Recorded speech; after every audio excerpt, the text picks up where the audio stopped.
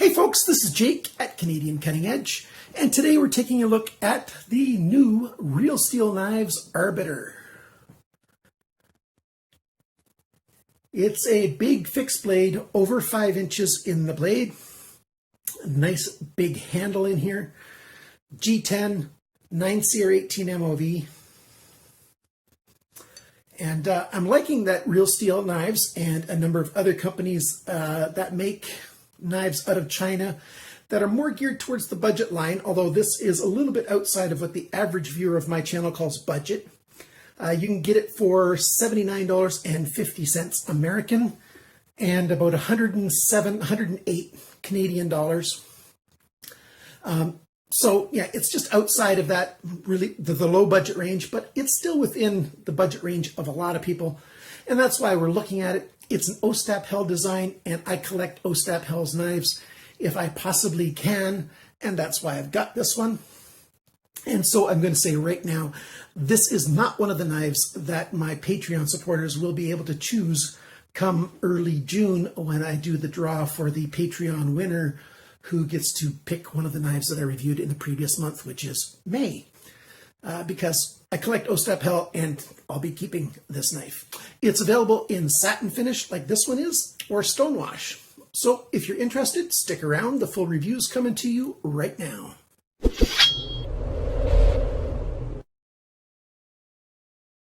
Thanks to Dave again for these backgrounds. I'm experimenting with what's going to work best. I'm starting to feel like I think darker backgrounds are going to work better, because when you get the contrast between a light background and then a lot of black stuff, which we tend to have with knives, it seems to wash out some of the black. I think that's why some reviewers have black backgrounds or dark gray ones, like when I use this.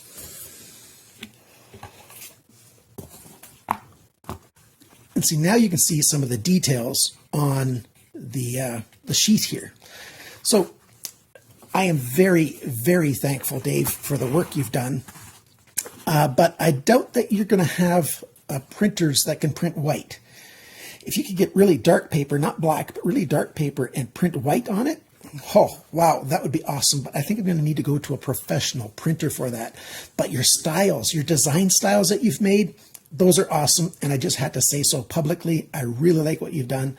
I still am going to use some of your sheets sometimes, but today I'm going to be using this gray background again, and we're going to take a good look at this knife. Let's talk about the sheath first. We've got a kydex sheath. It's got loads of different holes in here, so it's very easy to take this back piece off that has the belt loop, and you could choose whatever different kind of belt loop you would want to use on here. The kydex has great retention. There's a drainage hole right down there. And so that makes it easy if this thing does get caught out in the rain with you for the rain to run out. The sheath has got this little step system here where the belt loop is tied onto, or fastened onto, I should say. Those are rivets right here, but they're screwed on here. That brings me to my very first con. I really do wish that they would have made it so that there'd be no space here between the sheath and this piece here. It just makes it sit that little bit extra away from your waist or your hip. It's it's almost a 1/4 of an inch, not quite. And they could have saved that inch just by making a smaller step. Now I can't just take this here, heat it up, and bend it a little bit on an angle, because then this whole strap would be further that way compared to the sheath. And the reason that's a little bit of an issue is because when the knife is in the sheath, they put the snap ring here right close to the end of the handle. So it's already very much at the end. So if they would have made this loop a little bit further down, then I wouldn't mind heating this up with a heat gun and sort of flattening it out a little bit. I could put it on here, and that's what I think I might do. I'm going to try flattening it out and then mounting it using these 2 holes instead of those 2 holes. Then it will sit a little closer to the body, because I will be keeping this knife. So as you can see, when I attach it down 1 step, now the snap is at a perfect location, and it's still riding quite low. I like that an awful lot. And if I go to flatten this out, and I don't have time to do that for this video, then it will still work very, very well. So there you go. Other things that I like about this sheath, I like that they did the thumb rest thing right there. I really like these snaps. The fact that they're snaps is very good because you can push here on your thumb and pull the knife out, because the retention here is very, very good. It's holding that knife in. It will not accidentally come out. Not any chance at all. It holds it very well. And if I keep this from making any noise, you can hear just a little bit of sound, but during normal carry, you're not going to hear any sound from this thing. It's so quiet and so nice. And it is intended for the tactical type of consideration for knives. I don't generally review tactical knives. This thing also functions, I think, very well for people who are looking for a survival knife. One of the things people want in a survival knife is they want to be able to strike a ferro rod, but the spine of this knife is rounded over, and it's rounded everywhere. But you do have this nice sharpness choil here, and you could strike a ferro rod on that sharpness choil. Now, I've tried it, and it does an okay job of it, not great. And that's because they broke that edge ever so slightly. But you could take a file and very easily just file this a little bit more, and that would create a crisp corner right here as a great spot to strike a ferro rod. So it has that capacity as well. And with the sheath system, there's all kinds of add-ons that you could add on. A little ferro rod holder. And those are available in stores. If I can find links, I'll leave them included down below in the link section, in the description section where I leave links. So before we get to the blade, because that's the business end that I really love, let's keep talking about the handle a little bit. We've got G10 handle scales. They're fairly thick, and I'll talk about all the sizes a little bit later on. They're held in place with these screw pins, and the pins are D-shaped, so they're not free spinning.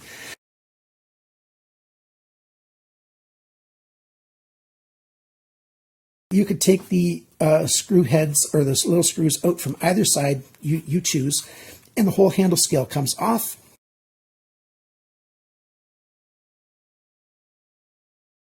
That's awesome for if you need to clean the knife for whatever reason.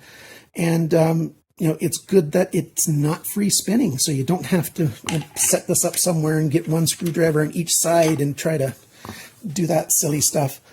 Real steel, you guys are doing a lot of really good things that way, and I like that an awful lot. Now, the G10 is rounded very nicely. That looks like not quite a quarter round. That's probably a 3/16 round. I used to be in woodworking. I was working as a cabinet maker apprentice out of high school. And that looks like it's a 3/16 router bit that they used, but of course industrial ones. And then this is a flat kind of chamfer over here, but this rounded edge makes the handle very, very comfortable. Now, like I've said in a lot of my videos, my hands are in North American sizes between large and extra large, right at that borderline. It's between 10 and 11 in European sizes.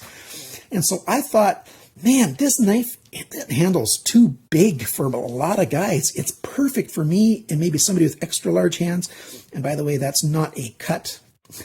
That's simply, I was reaching for something in my pocket, and it's actually from it caught on the side of the case on my cell phone and ripped my skin open.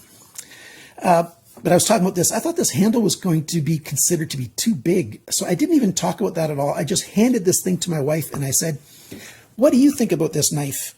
And she goes, "Oh, wow, that's cool. That feels really good in my hand." And I asked her, "What? Are you sure?" I was going to ask you what you thought of how this thing feels in your hand. And she's got medium women's hands, which would be a small man's hand, basically, in terms of size. And she liked it. And I think it's all because it's so nicely rounded over. She felt she could get a good grip on it. And, she could use this for food prep when we went camping and stuff, that kind of thing. She'd love that. And that's exactly what she mentioned. And so maybe it is more versatile than I thought. But one thing I think the handle is a little bit longer than it needs to be. Since I mentioned what size my hands are, so if I go up here to the forward choil and I grab it, there's a fair bit of handle sticking out. Or if I go back and I grab it here, so I have a little extended length, there's a lot of handle up here. Now, some people might really want that, and some people might not want that. It's neither here nor there. It's good to know that before you buy it. So you take your desires and make your choices of which knife you want to buy. It's a handle that's got the lanyard hole feature that Real Steel likes to do. Now let's see if I'm going to have to move this table so I can show you. You can see how they cut out a little bit of the G10 right there, and then there's a round hole drilled through the tang of the blade. And so you can fish paracord through there, so it never is so large that it creates a big bundle or a knot up here in your hand.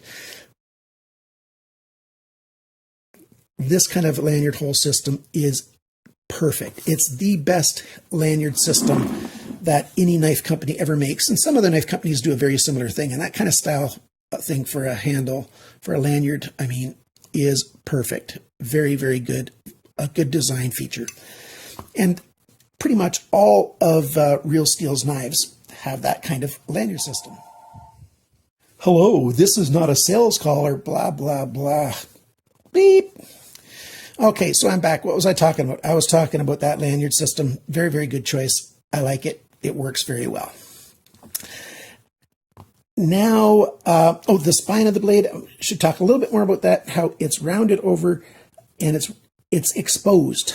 It's a really nice look. So it's just slightly exposed. You've got like a millimeter of flat on the side of the blade tang here all the way around, and then you've got that rounded over. I like that look. Ostap did a great design feature with that. It's comfortable in hand, and you really get a good sense of this being a full tang blade, and very comfortable in hand indeed. So now let's talk about the blade itself a little bit more.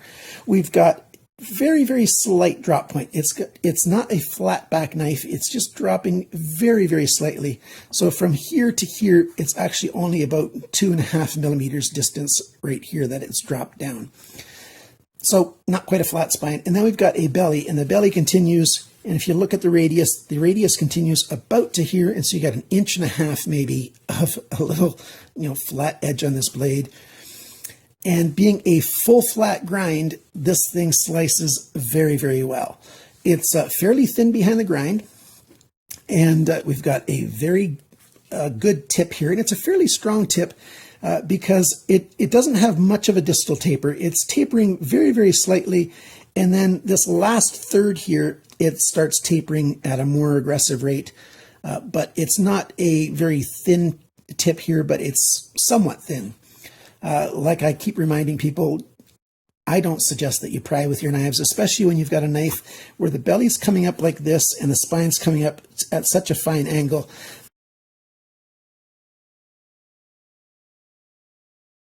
So it is weak if you, stab this into a piece of hardwood and you pry it on an angle like that. You're gonna snap the tip. It's just going to happen. It might not happen the first time, might not happen the second time, but it's going to happen. But it's a great tip for doing any detailed work. If you need to and you end up having this big knife in your hand, you can sneak up and just do a pinch grip on the side here, or even use your finger on the tip here, on the spine, I should say, and do a lot of good controlled work. I ended up buying the satin grind version. I wanted to get the stonewash version, but I forgot to stipulate that. And that's because I got it directly through Real Steel, through an arrangement that I have because I'm a reviewer. But I did I don't mind the satin grind, but I really love stonewash. So, because my skin's actually a little bit oilier than the average, and so fingerprints just happen all the time. So you can see those fingerprints right there on the side of the blade. So I've got a microfiber cloth that I pull out quite often, especially when I'm doing videos and I have to clean the blade off, and sometimes I forget to, and so you've got knives that have all kinds of prints on them when I'm reviewing them. But that's the blade basically. You've got some jimping on the spine here, and it's a very good jimping. It's not so aggressive that it's hot on your thumb at all, but it's aggressive enough that you've got a very good grip. And I'll give you a close-up picture of that. Then you've got the ricasso here, the flat area. You've got a gradual plunge, and that's why the sharpener's choil is so long, so deep this way. And it's a beautiful sharpener's choil. They've done a great job on that. And right on the side of the blade here, it says 9CR18 MOV, which is a very good Chinese steel for a knife at this price point. I don't mind it at all. I like it quite a bit. You can put your finger on the front here a little bit, use it sort of as a half and half forward choil if you feel like using it that way. I tend to grip it back here this way when I was using it, and I've cut all kinds of stuff with this stuff. It just flies through cardboard, even heavy duty cardboard, and I've cut a lot of fine things with it. We did some food preparation in our house with it, and yeah, I've done some wood shaving and stuff, mostly softwoods. I tried it with a little bit of the apple wood that I've got left from an apple tree that I cut down in my yard 4 years ago now. So it's been, outdoor drying in a sheltered space for 4 years, and apple wood can get very, very hard. And I was able to work with that quite well. Ostap held design is written on the side of the, by the spine right there, but on the main bevel. And on the side, it says real steel, but it's not a big, dark text that they put on there, so it's a little bit subtle, so that's a good thing. I don't like it when companies write really dark and big letters all over blades, but this thing's done very, very well. So let's make sure I've got covered all the details. 9CR18 MOV generally has a Rockwell hardness of around 59, and that's plus or minus. You can go either way with it, depending on how you temper it. Black handles is the only way you can get it. Satin or stonewash. The kydex system. Oh, I forgot to mention one thing. I really like that they use this belt. It's like a seat belt belting because it's so flexible. This is like a cross between a dangle and a belt loop kind of sheath. And I like that an awful lot because it's very versatile. And I like that very much. The other good thing about this is, since it's an add-on sheath system, add-on belt loop system, you can put on whatever you want. Like you could put on a tech lock type system here, anything. So if you don't really like this that much, you can still keep the beautiful main sheath and put on your own mounting system. So that's a very good thing. And I think we're ready to now, well, just before I talk about the next thing, let me show you something else. Here's another Ostap held design, and this is a bit of a commercial because I think I might not be able to review this until after the summer. I've got some more knives coming this week. I think they're coming this week. They should come this week. Today's Monday, and I hope I get this out by Monday. And so I might not be able to get to review this. And this is by Ostap Held. This is the Bushcraft Zenith, and the options with this aren't satin or stonewash. It is saber grind or full flat grind. So called the Bushcraft Zenith, I decided to get the Scandi grind. I decided to get the Scandi grind because that's the traditional northern bushcraft style, northern European bushcraft style knife. And I like Scandi grinds, Scandinavian grinds, because they are very useful for a lot of bushcraft type tasks. And since it's got a shallow tip, and I talked about this knife a little bit on my video about the 6 different common types of knife grinds. This is a very beautiful knife. It's got 14C28 end steel, which I think is better than 9CR18. And it's got a similar price point, and it's also an Ostap held design. And they did a very similar thing with the sheath. It's just a little bit smaller. So there you go. The one last thing that I want to do before I do the sizes and everything is take a look here. This is the Mora Flex. I wanted to show you sort of a size comparison. This might be a tiny bit shorter than a typical Mora, but I've already sold my 511. And I got to review this Mora Flex as well. Hopefully I can get that done before the summer, but there's your size comparison. This is a big knife. So now let's give you the actual sizes. Some of you are aware that I record my reviews in small segments because I can't do it all at one time. I need breaks and things just, because of my medical issues, whatever. I was on course to have this review finished editing. It's Monday, it's 4 p.m. right now, and this last section of the video came out with almost no audio. The volume's really, really low. It seems to happen about 1 out of 10 times that I record, and oh, it's so frustrating. So I have to re-record this segment because it didn't come out right. So let's talk about the specs and everything on this thing. First off, the cutting edge and how sharp it is from the factory. It is 170. Now, for those of you who are aware of my scale, 200 is sharp. For those of you who are not aware of my scale, I use a scientifically calibrated instrument to measure how difficult it is to, or how many pounds of pressure it takes to cut through a certain type of monofilament. And it's a standard monofilament in this equipment. And 200 is considered sharp, and any less pressure than that is considered even sharper. This thing came in at 170, so that's really good. And how about the weight for this thing? The length of the cutting edge, 13 centimeters, 5.13 inches. The length of the blade, tip to the G10, 13.4 centimeters, 5.29 inches. The blade thickness at the tang here, the thickest spot. This knife weighs 277 grams, which is 9.8 ounces. So yeah, it is a nice big hefty knife, even with the skeletonizing in it. Add the sheath in, it's 371 grams, 13.1 ounces. So 13 ounces basically, and that's not a terrible weight for a knife of this size and these dimensions.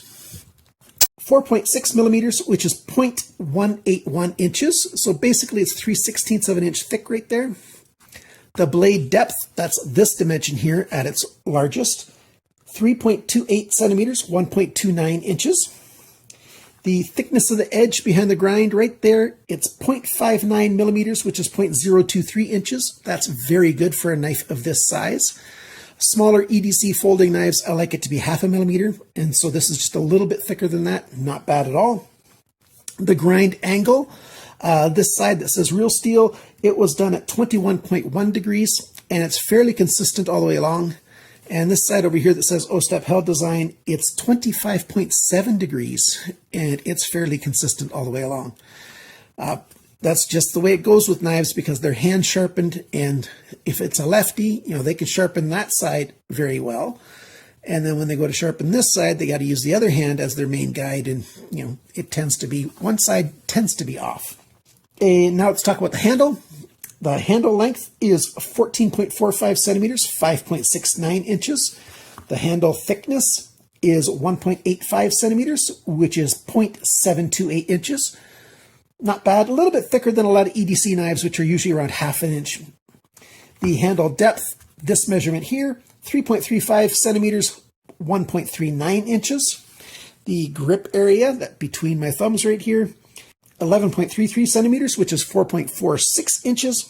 The total length from the tip of the knife to the end of the handle is 27.81 centimeters, which is 10.95 inches. So basically you've got an 11-inch knife, almost a 4.5-inch blade.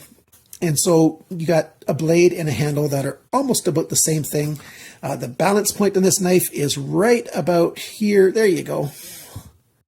So it is a handle-heavy knife, which is a good thing. That means when you want to use this knife, let's say you're using it when you're hiking and something, a rabid animal comes along or a non-rabid animal that's dangerous.